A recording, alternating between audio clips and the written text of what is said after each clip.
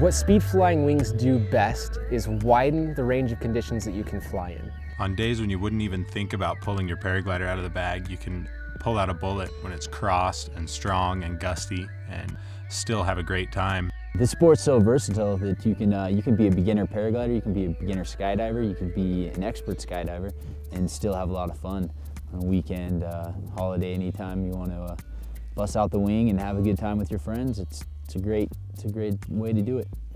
Just the other day we were at a site that was very windy. In fact, it would have been totally impossible to fly normal sized paragliders, but the conditions were just perfect for speed flying wings. We were soaring wings from 8 meters to 16 meters in size. Pilots of all different sizes and weights were flying. Pilots of all different skill levels were flying, and we had an awesome day on a Sunday afternoon when normally we probably would have just been sitting around talking about paragliding in the parking lot. Being a speed flying pilot opens up new doors. It allows you to experience new sights and more conditions. It tunes your ground handling, and it will for sure make you a better paraglider pilot. Speed flying is faster than paragliding, and a lot of pilots will need to get used to that, but it's really quite simple. You pull one brake and you go right, you pull the other brake, you go left, and it's that basic. You just need to adjust to the amount of altitude that you lose in your turns. So setting up landings in the beginning will require just a little bit of thought and hopefully some instruction. But afterwards, you'll pick it up very fast and you'll understand that the landings, although tricky at first, maybe, will probably become your favorite part.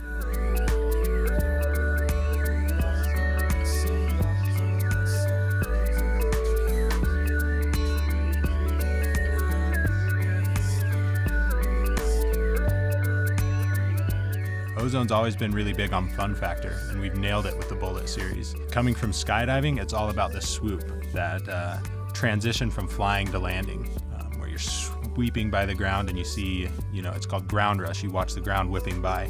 With speed flying, that becomes endless. You can endlessly swoop. You can follow the terrain down the hill, getting that ground rush the entire time and during your landing.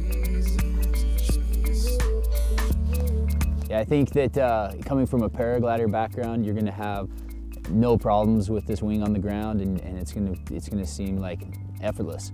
Coming from a skydiving background, you might have a little bit of issues at first when it comes to your landings and being able to actually fly the wings and dealing with those kind of speeds.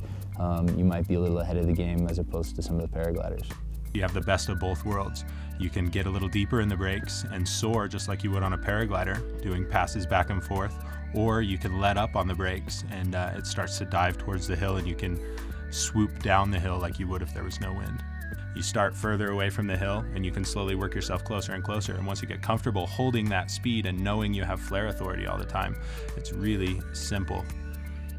We were able to fly in some really strong conditions where flying a paraglider would be virtually impossible.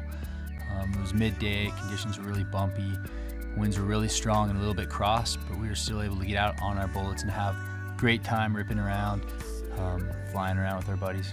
Foot launching speed flying wings of any size is possible. We've foot launched wings from 7.7 meters all the way up to 16 meters, and of course bigger than that is almost like a normal paraglider. Generally, pilots will choose a wing that is in the 14 to 16 meter range, depending on their weight and their experience level, and also the conditions at the site they like to fly at. Try and kite a wing for a little bit. When you start kiting a speed wing and you see how much easier it is to kite than a paragliding, you kind of lose some of that intimidation factor. Speed flying is a lot more versatile than paragliding, not only for the sites that we fly, but also the conditions that we fly them in. The control systems and all the risers and lines and everything are very similar to a paraglider. It's a great tool to use in high winds or just as a fun thing to play around in the park, but it'll definitely help you hone your kiting skills, and that'll translate directly into being a better paraglider pilot. It's amazing that these bullets can go out in these conditions where we wouldn't even dream about flying a paraglider in, and it's just so easy and so mellow and feels so right. You can just be out there soaring for days. Everybody else is down on the ground looking up at you.